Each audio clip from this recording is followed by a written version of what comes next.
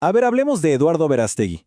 Mucha gente lo conoce como actor, como productor, pero hace poco se lanzó a una aventura que, la verdad, hizo muchísimo ruido. Quiso ser presidente de México. Y bueno, aunque al final la cosa no funcionó, su historia nos dice mucho, sobre una forma diferente, quizás nueva, de hacer política. De hecho, él mismo lo resume con esta frase: no me quisieron dejar competir. Ojo, en lugar de aceptarlo como un fracaso personal, Verástegui de inmediato construye una narrativa donde el sistema deliberadamente le cierra el paso. Entonces, ¿qué fue lo que pasó en realidad? Para poder entender la figura de Verástegui y lo que representa, es clave que desglosemos por qué su campaña presidencial se detuvo casi antes de haber empezado. Empecemos por el primer acto de esta historia, su intento por aparecer en la boleta como un candidato independiente. Ok, aquí es donde la cosa se pone matemática, por así decirlo. El punto crucial está en los números. Fíjense, el Instituto Nacional Electoral, el INE, pedía casi 1 millón de firmas. ¿Y cuántas le validaron a Verástegui? Apenas unas 165,000. O sea, la diferencia es brutal. Es un precipicio entre lo que se necesitaba y lo que se consiguió. Pero claro, él no acepta estas cifras. Su contraargumento es que fue víctima de un sistema hecho para dejarlo fuera. Él habla de una aplicación para las firmas que simplemente no funcionaba bien, de un árbitro electoral que no era imparcial y de un bloqueo total a sus intentos de auditar todo el proceso. En pocas palabras, su versión de la historia es que le pusieron una trampa. Y justo aquí es donde la historia da un giro súper interesante. Que su campaña terminara, ¿significa que su proyecto público también terminó? Su respuesta es un rotundo no. Es más, dice que en lugar de retirarse, ahora la apuesta es doble o triple. Y esto nos lleva a una pregunta clave. Si la presidencia no era el objetivo final, entonces ¿cuál es su verdadera misión? Para entenderlo, hay que ver cómo se define a sí mismo. Porque él insiste una y otra vez en que no es un político, sino algo muy, muy diferente. Él usa un término muy particular. Se describe como un hombre de misión. ¿Pero qué es eso? ¿A qué se refiere? Bueno, según su propia definición, es alguien que pone sus talentos, en su caso el cine, la comunicación, al servicio de una causa más grande. Así que la política, vista desde esa óptica, no era la meta, ¿se entiende? Era, digamos, solo una herramienta más, una posible vía para cumplir esa misión. Y esa misión tiene una bandera muy pero muy clara. Su película Sound of Freedom. Con el éxito de la cinta, él enfocó todo su activismo en la lucha contra el tráfico y la explotación de menores. Ese es su tema central.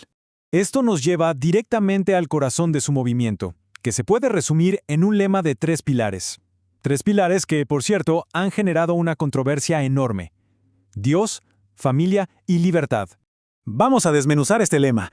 El primer pilar es Dios. Pero, a ver, en un país laico como México, ¿qué significa exactamente poner a Dios en el centro de un proyecto político? Él es muy específico aquí, ¿eh? No habla de una deidad en abstracto. Se refiere al Dios trino de la fe católica. Y la clave política de esto es que él asegura que es el mismo Dios en el que cree el 90% de la gente en México, buscando así conectar su proyecto con esa inmensa mayoría religiosa. Muy bien, ahora pasemos al segundo componente, familia, y este es quizás uno de los puntos más debatidos y polémicos de toda su ideología. Verástegui define su ideal de familia basándose en su propia crianza, un matrimonio formado por un hombre y una mujer, y para él esto no es solo un modelo entre varios, es el modelo que hay que defender.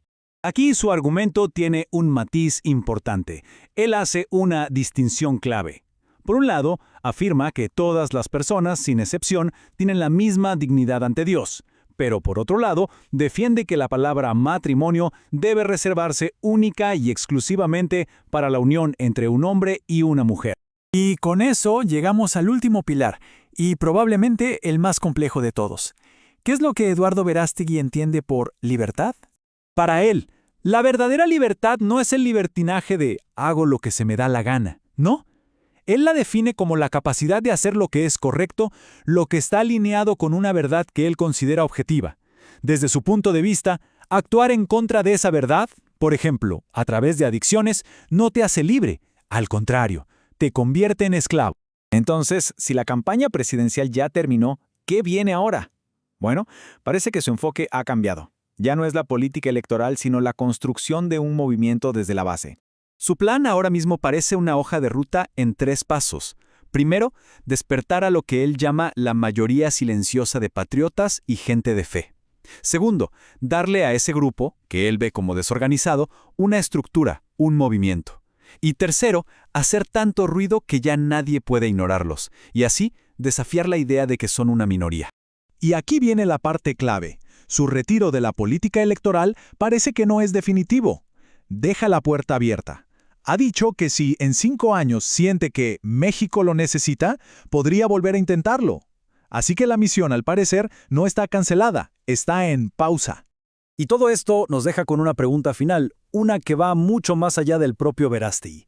Su trayectoria, esta mezcla de activismo, cine y una carga ideológica tan marcada, ¿podría ser una señal? ¿No? ¿Una especie de adelanto de lo que viene?